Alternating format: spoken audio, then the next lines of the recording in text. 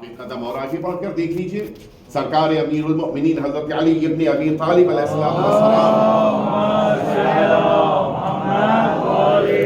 آپ کے بیٹے، آپ جانتے ہیں کہ آپ کی اولاد 17 عدد بیان کی گئی، البتہ 24 تک بھی ذکر وارد ہوا، لیکن 17 کے بارے میں یقینی ہے 17 اولاد میں 2 معصوم بیٹے ہیں، بے نظیر ہیں، ان سے بہتر کائنات میں کوئی بیٹا اور نہیں ہو سکتا، یہ مسلمات میں سے ہے، ان سے بہتر ذات نہیں ہو سکتی، لیکن اس کے باوجود اللہ رب العزت نے امیر المؤمنین کی زینت بنایا ہے تو بیٹی کو بنایا ہے، بیٹوں کو نہیں بنایا، بیٹی کو زینت بنایا، زین للاب، جناب زینب کا نام یہی ہے، یہ تو شارٹ فارم ہے زینب، یہ اپنے والد کی زینت ہے۔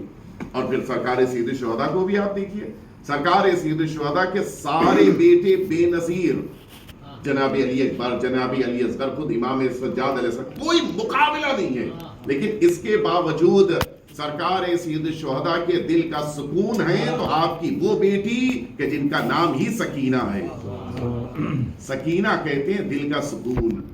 بات آ گئی تو عرض کرتا چلوں، بعض لوگوں کو لفظ کے معنی نہیں پتا ہوتے لہٰذا اعتراض کرتے ہیں، یہ بھی ایک اعتراض ہے کہ سکینہ نام غلط ہے، سکینہ نام صحیح ہے، یہ بھی ایک اعتراض ہماری معاشرے میں چلتا ہے، نہیں بالکل صحیح ہے، سکینہ یہ قرآنی لفظ ہے، سکینہ لفظ قرآنی لفظ ہے، اور اسی کے ساتھ ساتھ یہ لفظ سکینہ، چونکہ ہم ڈکشنری ڈھونڈتے ہیں، ہمارے جابر صاحب عرب کنٹریز میں رہ چکے ہیں، وہ جانتے ہیں، آپ حضرات جو بھی رہ چکا ہو، سب سے زیادہ مشکل ہوتا ہے عربک ڈکشنری سے کسی ورڈ کو نکالنا، سب سے مشکل کام۔ ہماری انگلش والی ڈکشنری نہیں ہے کہ سیدھے آپ گئے اس ورڈ کو ڈھونڈا اس کے معنی مل گئے چلے آئے، نہیں ایسا نہیں ہے، انگلش ڈکشنری میں اور عربک ڈکشنری میں فرق ہے، عربک میں روٹ ورڈ معلوم ہونا چاہیے تب لفظ ملے گا آپ کو، روٹ ورڈ نہیں پتا ہے تو پھر آپ معنی نہیں ڈھونڈ پائیں گے، نتیجہ یہ ہوگا کہ آپ بھٹکتے رہیں گے اور آخر میں یہ کہہ دیں گے کہ سکینہ لفظ غلط ہے اس لیے کہ اس کے معنی ہم کو غلط ملے ہیں۔ یہ سنا نہیں سنا، یہ بھی ایک فکر ہے نا، غلط ہے، ہم نے صحیح طور پہ دیکھا ہی نہیں ہے، سکینہ لفظ صحیح ہے۔ البتہ میں اس میں نہیں جاؤں گا کہ تاریخ میں نام مختلف وارد ہوئے سرکار سید الشہداء کی اس بیٹی کے، یہ سکینہ لفظ سکینہ بھی صحیح ہے، سکینہ بھی صحیح ہے، دونوں لفظ صحیح ہے، اس میں کوئی مشکل نہیں ہے۔ سرکار سید الشہداء کی اس بیٹی کو اللہ نے دل کا سکون قرار دیا کہ جو امام حسین کے لیے واقعی سکون کا ذریعہ ہے۔ اور میں یہ بھی آپ کی خدمت میں عرض کرتا چلوں کہ ساری شخصیتیں عالم اسلام میں سب کی بارگاہ میں شرف یاب ہونے کے لیے کوئی نہ کوئی واسطہ اور ذریعہ ضروری ہے۔ سرکار رسالت مآب کی خدمت میں آپ کو اگر پہنچنا ہے، آپ کو آپ کی بیٹی کا واسطہ دینا ہوگا۔ امیر المؤمنین کی بارگاہ میں پہنچنا ہے، آپ کو آپ کی بیٹی کا واسطہ دینا ہوگا۔ سرکار سید الشہداء کی خدمت اقدس میں پہنچنا ہے، آپ کو آپ کی بیٹی کا واسطہ دینا ہوگا۔ لیکن یہ عجیب شرف ہے جناب سکینہ کا، عجیب شرف ہے اس بیٹی کا کہ اگر والد تک پہنچنا ہے تب بھی جناب سکینہ کا واسطہ دینا ہے، چچا عباس تک پہنچنا ہے تب بھی اسی کا واسطہ دینا ہے۔ عجیب شخصیت ہے جناب سکینہ، منفرد شخصیت ہے۔ نہیں پتا آپ نے کبھی غور کیا نہیں غور کیا، 4 سال کی عمر میں پوری دنیا کے درمیان اپنے کو ایک محبوب بیٹی بنا دینا، یہ وہ کردار ہے کہ جو جناب سکینہ نے پیش کیا ہے، بہت کم ایسا ہوتا ہے۔ آپ خود دیکھیے رسالت مآب کی حیات طیبہ میں آپ نے اپنی بیٹی سے جس محبت کا ثبوت دیا ہے وہ بے نظیر ہے۔ ابھی آپ حدیث قصہ پڑھ رہے تھے، ہمارے برادر حدیث قصہ پڑھ رہے تھے، حدیث قصہ میں کیا جملہ تھا؟ حضور اکرم نے فرمایا اپنی بیٹی کے پاس آنے کے بعد کہ انی اجد فی بدنی ضعفا، میں اپنے بدن میں کمزوری محسوس کر رہا ہوں۔ جس انسان کو محسوس ہو کہ میں کمزور ہو رہا ہوں، بیمار ہو رہا ہوں، وہ ڈاکٹر کے پاس جاتا ہے، گھر نہیں آتا ہے۔ یہی تو ہوتا ہے نا، آپ خدا نخواستہ کمزوری محسوس کر رہے ہیں، آپ چلے آئیے ڈاکٹر کے پاس، دوا لیجیے، پھر گھر آ جائیے گا، اس لیے کہ دوبارہ گھر سے آنا پڑے گا۔ اچھا آج کے دور میں تو پھر بھی ایک موبائل کا سہارا ہے، اس زمانے میں تو تصور نہیں تھا، سیدھے پہلے ڈاکٹر کے پاس جائیے، دوا لیجیے، پھر گھر میں آ کے آرام کیجیے۔ حضور اکرم اپنے گھر پہلے آئے ہیں، طبیب کے پاس نہیں گئے، اچھا اب جملہ میں بدل کے آپ کی خدمت میں عرض کر دوں، رسالت مآب کے پاس مدینہ طیبہ میں جس زمانے میں حدیث قصہ کا واقعہ ہوا ہے، اس مدینہ طیبہ میں رسالت مآب کے پاس 9 گھر ہیں، 1 2 نہیں 9 گھر ہیں، اس لیے کہ آپ نے اپنی ازواج کو الگ الگ گھروں میں رکھا تھا، اسی لیے وَقَرْنَا فِي بُيُوتِكُنَّ، قرآن مجید نے بیوت لفظ استعمال کیا ہے، حجرہ استعمال نہیں کیا ہے، بیت، بیت مکمل گھر کو کہتے ہیں۔ حضور اکرم نے ہر ایک کے لیے ایک ایک گھر قرار دیا تھا۔ حضور اکرم کسی بھی زوجہ کے گھر چلے جاتے اور اس کے بعد پھر آرام کر لیتے، لیکن نہیں، ہمیشہ مسجد سے نکل کر اپنے گھر آتے تھے۔ آج مسجد سے نکل کر اپنی بیٹی کے پاس آئیں، یا رسول اللہ کسی طبیب کے پاس چلے جائیے، کسی ڈاکٹر کے پاس چلے جائیے، کسی معالج کے پاس چلے جائیے، دوا لے لیجئے، پھر اس کے بعد آپ آرام کیجئے گا۔ شاید رسول اللہ جواب دیں، میں بھی طبیب ہی کے پاس آیا ہوں۔ مل جل کے صلوات کیجئے آپ۔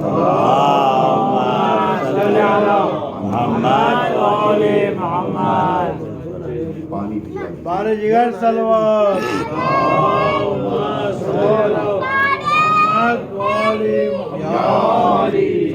ایک دفعہ پھر سے آپ مل کے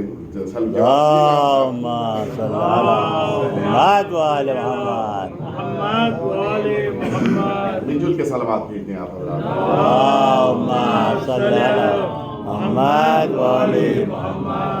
عجیب شرف ہے اسلام میں ان بیٹیوں کے لیے، اور اتنا زیادہ شرف ہے کہ اسلام نے اعلان کیا کہ جو منزلتیں اللہ نے بیٹیوں کو دی ہیں وہ دنیا میں کسی کے پاس نہیں ہے۔ میں اس موضوع پہ زیادہ نہیں تفصیلی بحث کرنا چاہتا، اس لیے کہ شاید یہ موقع نہ ہو، لیکن حقیقت یہ ہے کہ جو 5 منصب اللہ نے خواتین کو، بیٹیوں کو، بچیوں کو دیے ہیں، ان میں سے کوئی ایک بھی ان لڑکوں کے پاس اللہ نے نہیں رکھے ہیں۔ بس ایک بنیادی چیز ہے جس پر ہمیں توجہ دینے کی ضرورت ہے، اور بات کو میں یہیں پر مکمل کرنا چاہوں گا۔ جابر صاحب نے آپ سب کو بلایا، اور جابر صاحب دروازے پہ کھڑے ہو جائیں اور پھر سب سے ان کی عمر پوچھ کر اندر بلائیں۔ آپ کی عمر کتنی ہے؟ 16 سال، آ جائیے۔ آپ کی عمر کتنی ہے؟ 20 سال، آ جائیے۔ آپ کی عمر کتنی ہے؟ 22 سال، اندر آ جائیے۔ انہی کے درمیان کوئی ایک اور نکل آیا، کتنی عمر ہے؟ کہا 10 سال، کہا نہیں آپ واپس جائیے، آپ اندر نہیں آ سکتے۔ توجہ ہے نہیں؟ انہوں نے اگر عمر کی قید لگا دی اور کچھ لوگوں کو عمر کے مکمل نہ کرنے کی بنا پہ اندر نہیں آنے دیا، اس کے معنی ہے کہ پھر ان کی نگاہ میں عمر کی کوئی خاص اہمیت ہے، اور اسی بنا پر انہوں نے کچھ لوگوں کو اندر بلایا۔ لڑکوں کو انہوں نے 15 سال سے پہلے اندر نہیں آنے دیا کہ میرے دسترخوان پہ 15 سال سے پہلے نہیں بیٹھ سکتے۔ بچیاں آئیں، ان سے کہا نہیں 15 سال بہت بعد میں ہے، 9 سال کی ہو، آؤ میرے دسترخوان پہ بیٹھ جاؤ۔ اس کے معنی یہ ہے کہ لڑکوں سے 6 سال پہلے لڑکیوں کو انہوں نے عزت دی۔ توجہ ہے نہیں؟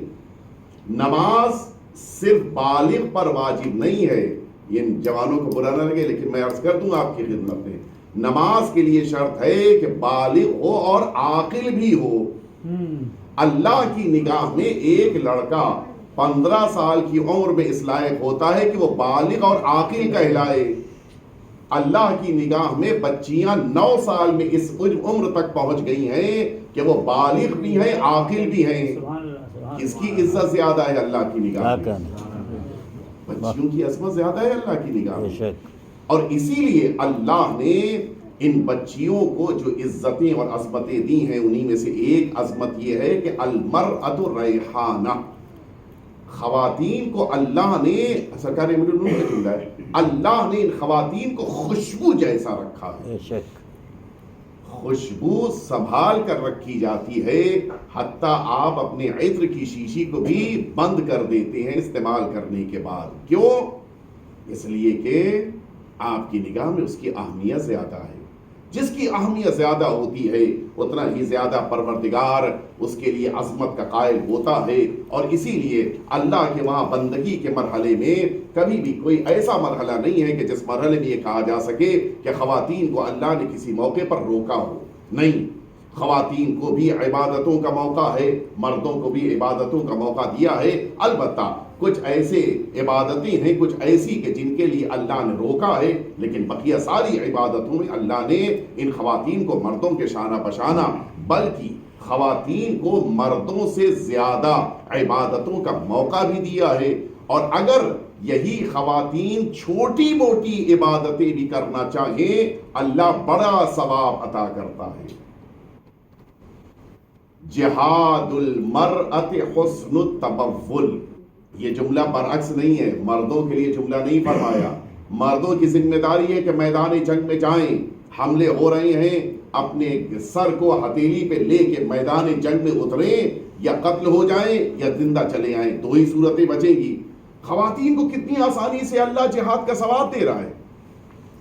ہم سب، میں اور آپ جتنے بھی یہاں بیٹھے، ہم میں سے کسی کو آج تک جہاد کا موقع نہیں ملا زندگی میں، کوئی ثواب نہیں جہاد کا. خواتین کو آپ سنیں گے صبح و شام جہاد کا ثواب. فرمایا کہ جہاد المرأة حسن التبول، اپنے شوہر کی خدمت کرتی جاؤ، جہاد کا ثواب ملتا جائے گا. اتنی آسانی کے ساتھ. کیوں؟ اس لیے کہ پروردگار جانتا ہے کہ ان خواتین کو اپنے مردوں کی خدمت میں کتنی زحمتیں اٹھانی پڑتی ہیں. وہ ایک روٹی جو صبح ناشتے میں ہمارے سامنے آتی ہے، وہ روٹی ایسا نہیں ہے کہ فوراً تیار ہوئی سامنے لا کے رکھ دی گئی. آدھا گھنٹہ پون گھنٹہ اس کے لیے ٹائم لگتا ہے. وہ ناشتہ جو آج ہمارے سامنے آیا، گھنٹے ڈیڑھ گھنٹے میں تیار کیا جاتا ہے. متوجہ ہے یا نہیں ہے؟ ہمارے ایک دوست کا جملہ کہ لاک ڈاؤن کے زمانے میں پتا چلا کہ گھر میں بھی بہت سے کام ہوتے ہیں. ہم لوگ تو سمجھتے تھے گھر میں کچھ ہوتا ہی نہیں ہے. اور ادھر سے خواتین کہتی بھی تھی تو ہم سوچا نہیں کون سا بڑا کام کیا بھائی، ہم نے کام کیا ہے، ہم آفس میں جا کر بیٹھے. خواتین نے اصل کام گھر میں کیا ہے. متوجہ ہے؟ اسی لیے اللہ رب العزت نے ان خواتین کو جو عظمتیں دی ہیں، ان عظمتوں کا ہمیں احساس ہونا چاہیے. سرکار ختمی مرتبہ حضرت محمد مصطفیٰ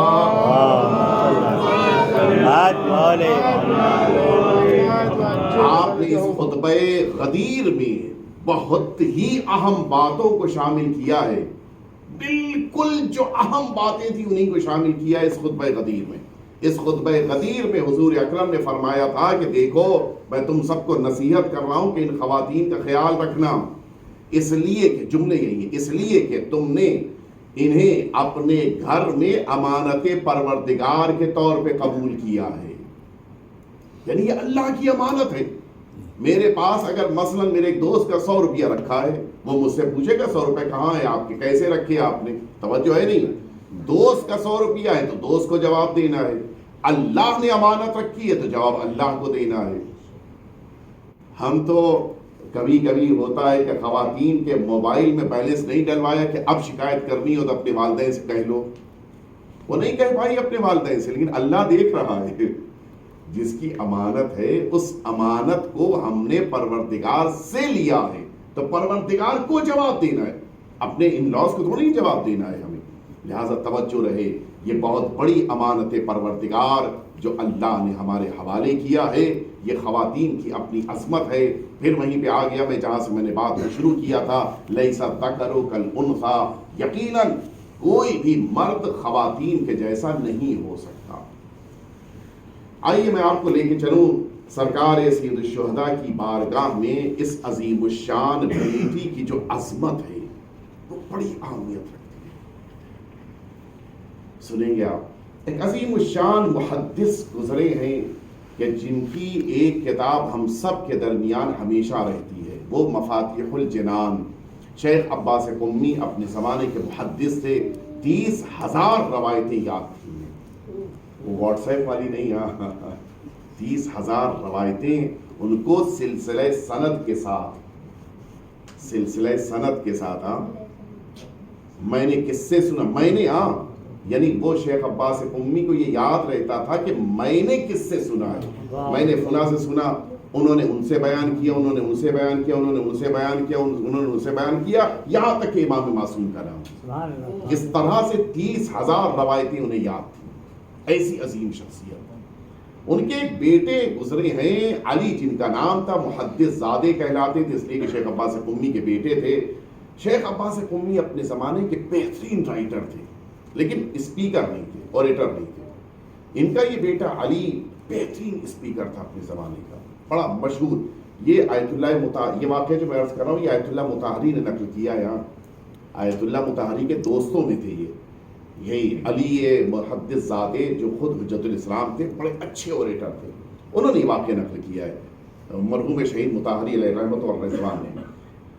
اچھا خطیب، اور ظاہر ہے کہ پھر ان کے وعدے بھی اتنے پہلے سے ہوں گے. ماہ مبارک رمضان کا وعدہ 3-4 مہینے پہلے سے ہوتا تھا ان کا، کہ فلاں دن کہاں پڑھنا ہے، اور فلاں دن کہاں پڑھنا ہے، اور فلاں عشرہ کہاں پڑھنا ہے، اور شب قدر کے اعمال کہاں ہونے ہیں، اور امیر المومنین کے مصائب کہاں پڑھنے. سارا پروگرام 3-4 مہینے پہلے سیٹ ہوتا تھا. رجب کا مہینہ آ چکا تھا، اور عالم یہ ہے کہ ان کی آواز خراب ہونے لگی، اور رجب کا مہینہ ختم ہوتے ہوتے آواز پوری طرح سے بیٹھ گئی. اچھا، اس زمانے میں ENT تو ہوتے نہیں تھے آج کے دور کی طرح سے کہ اس کے متخصص ہوں گلے کے. انہوں نے جتنے بھی اس طرح کے ڈاکٹر سمجھے جا سکتے تھے سب سے مشورہ کیا. پتہ یہ چلا کہ اس کا علاج صرف ایک ڈاکٹر کر سکتا ہے، وہ تہران میں ہے. گئے تہران، اس کے پاس جا کے بیٹھے. اچھا، زیادہ بول نہیں پا رہے تھے، ان کے ساتھ ان کی وائف تھی. انہوں نے سمجھایا کہ ان کی اس وقت کیا مشکل ہے. اس ڈاکٹر نے کہا کہ میں تو علاج ایک ہی شرط پہ کر سکتا ہوں. کیا؟ یہ بھی معرفت ہے. اس عیسائی، وہ عیسائی تھا، عیسائی ڈاکٹر نے کہا کہ میں ایک شرط پر علاج کروں گا کہ یہ 6 مہینے تک ایک حرف نہ بولے. شیخ عباس قمی کے بیٹے یہ خود حجت الاسلام علی محدث زادے، انہوں نے کہا ڈاکٹر صاحب، ابھی تھوڑا تو بول لیتے تھے، ڈاکٹر صاحب آپ کی شرط قبول ہے لیکن 100% قبول نہیں. کیوں؟ کہ اس لیے کہ آپ میرا علاج کریں نہ کریں، میرے پروردگار نے مجھ سے کہا ہے کہ 3 نمازوں کو بلند آواز سے پڑھنا. میں سب بولنا چھوڑ سکتا ہوں لیکن اپنی صبح، مغرب اور عشاء کی نماز کو بلند آواز سے ہی پڑھوں گا. یہ کا علاج ہو نہ ہو، میں اطاعت پروردگار میں کمی نہیں آنے دوں گا. یہ انسانی مزاج. اس نے کہا ٹھیک ہے بھائی، اتنی بس اجازت آپ کو دے سکتا ہوں، میری دوائیں کھائیے گا، پابندی ہوگی، یہ ہوگا، وہ ساری چیزیں، وہ سارے جو اس کے مراحل تھے سب ان کو سمجھائے گئے، اور بس اتنا ہی بولتے تھے وہ. اچھا، عالم یہ تھا کہ اپنے بچوں سے، اپنی زوجہ سے، اپنے ساتھیوں سے کسی کچھ بات ہی نہیں کر سکتے. جو کچھ بھی وہ لکھ کے دیتے تھے کہ بس مجھے چائے پینا ہے تو لکھ کے دیں گے یا اشارہ کریں گے. شعبان کا مہینہ گزر رہا تھا، یہ رجب کا علاج شروع ہوا تو شعبان تک آ چکا تھا. شعبان کا مہینہ ختم ہو رہا تھا، اور اب یہ اپنے بستر پہ لیٹے ہوئے تڑپ رہے تھے کہ اللہ کا مہینہ آ رہا ہے. اچھا، وعدے کے کینسل ہونے شروع ہوئے کہ فلاں وعدہ جو پہلی ماہ رمضان کا تھا وہ کینسل ہو، 10 ماہ رمضان کا وہ کینسل ہو، 5 کا وہ کینسل ہو، وہ 5 کینسل ہو، وہ 10 کینسل، سب خود ہی کینسل کروا رہے تھے دھیرے دھیرے. یہ بڑے پریشان کہ پروردگار، میں اس ماہ مبارک رمضان میں سب چھوڑ سکتا ہوں لیکن کیا امیر المومنین کے مصائب بھی نہ پڑھوں میں؟ شبیں آئیں گی، ان شبوں میں امیر المومنین مصائب نہ پڑھوں میں؟ یہ ہو ہی نہیں سکتا. بہت بے چین تھے. اچھا، کہیں بھی تو کس سے کہیں؟ نہ زوجہ سے کہہ سکتے ہیں، نہ بچوں سے کہہ سکتے ہیں، بولنے پر بھی پابندی ہے. انسان لکھ کر اپنے جذبات بیان نہیں کر سکتا، لکھ کر اپنی بات کہہ سکتا ہے، جذبات نہیں بیان ہو سکتے. مثلا ابھی یہی بچہ ہمارا نوحہ پڑھ رہا تھا، یہی لکھا ہوا نوحہ اتنی رقت نہیں طاری ہوتی، پڑھا ہے تو رقت زیادہ طاری ہوتا. جذبات انسان کے سامنے آتے ہیں. کیا کریں؟ تڑپ رہے تھے، توسل کر رہے تھے، کبھی امیر المومنین سے توسل، کبھی رسول اللہ سے توسل، کبھی امام حسین سے توسل، کبھی جناب سیدہ سے توسل. انہوں نے خواب میں، یہ اب یہاں سے شیخ مطہری کا علیہ رحمت اور رضوان، بڑے جلیل القدر عالم ہیں، ان کا بیان سنیں کہ خواب میں انہوں نے دیکھا کہ ایک بزم سجی ہے اور اس بزم میں ساری بزرگ شخصیتیں بیٹھی ہیں. خود رسالت مآب تشریف فرمائیں، امیر المؤمنین، امام حسن، امام حسین، ساری شخصیتیں. انہوں نے رسول اللہ سے جا کر فریاد کی کہ یا رسول اللہ، مجھ کو صحت عطا کر دیجئے. کہا ٹھیک ہے، میں تمہارے لیے اللہ سے دعا کروں گا. کہا نہیں، مجھے ایسی صحت دیجئے کہ میں امیر المؤمنین کے مصائب پڑھ سکوں. رسول اللہ خاموش، جواب نہیں. اس کے معنی کہ مصلحت اس وقت نہیں تھی. امیر المؤمنین سے خود جا کے فریاد کی کہ امیر المؤمنین آپ کے مصائب کے دن قریب آ رہے ہیں، مجھے موقع دیجیے، توفیق دیجیے کہ میں آواز ٹھیک ہو جائے کہ میں آپ کے مصائب کا. کوئی جواب نہیں دیا امیر المؤمنین. امیر المؤمنین نے اشارہ کیا کہ جاؤ میرے بیٹے حسین سے کہو.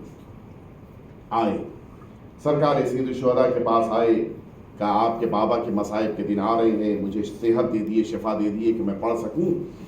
سرکار سید الشہداء نے اس موقع پہ کہا کہ دیکھو ایک راستہ ہے، تم اپنے بہنوئی سے، ان کے بہنوئی تھے طباطبائی صاحب، وہ بڑے اچھے مرثیے پڑھتے تھے، بڑے اچھے مصائب پڑھتے تھے. ایران میں آپ جانتے ہیں کہ نوحہ پڑھنے والے اور یہ مصائب پڑھنے والے ایک الگ ہوتے ہیں.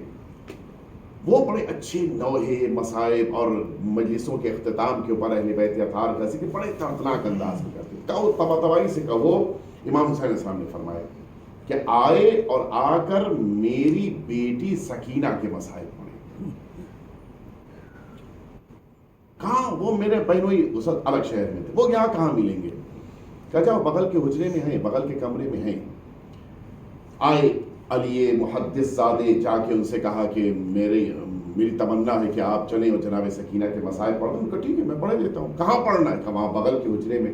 بغل کے حجرے میں جب وہ آئے جناب طباطبائی صاحب، انہوں نے اب جو دیکھا کہ یہ شخصیتیں بیٹھی ہیں، گھبرا کے خاموش کھڑے ہو گئے کہ نہیں یہاں نہیں پڑھنا. اتنی بڑی شخصیتوں کے سامنے مصائب پڑھنا ایک بہت مشکل کام ہے، کہ میں یہاں مصائب نہیں پڑھ سکتا. واپس چلے گئے اپنے حجرے میں کہ میں بیٹھ سکتا ہوں، مصائب نہیں پڑھ سکتا.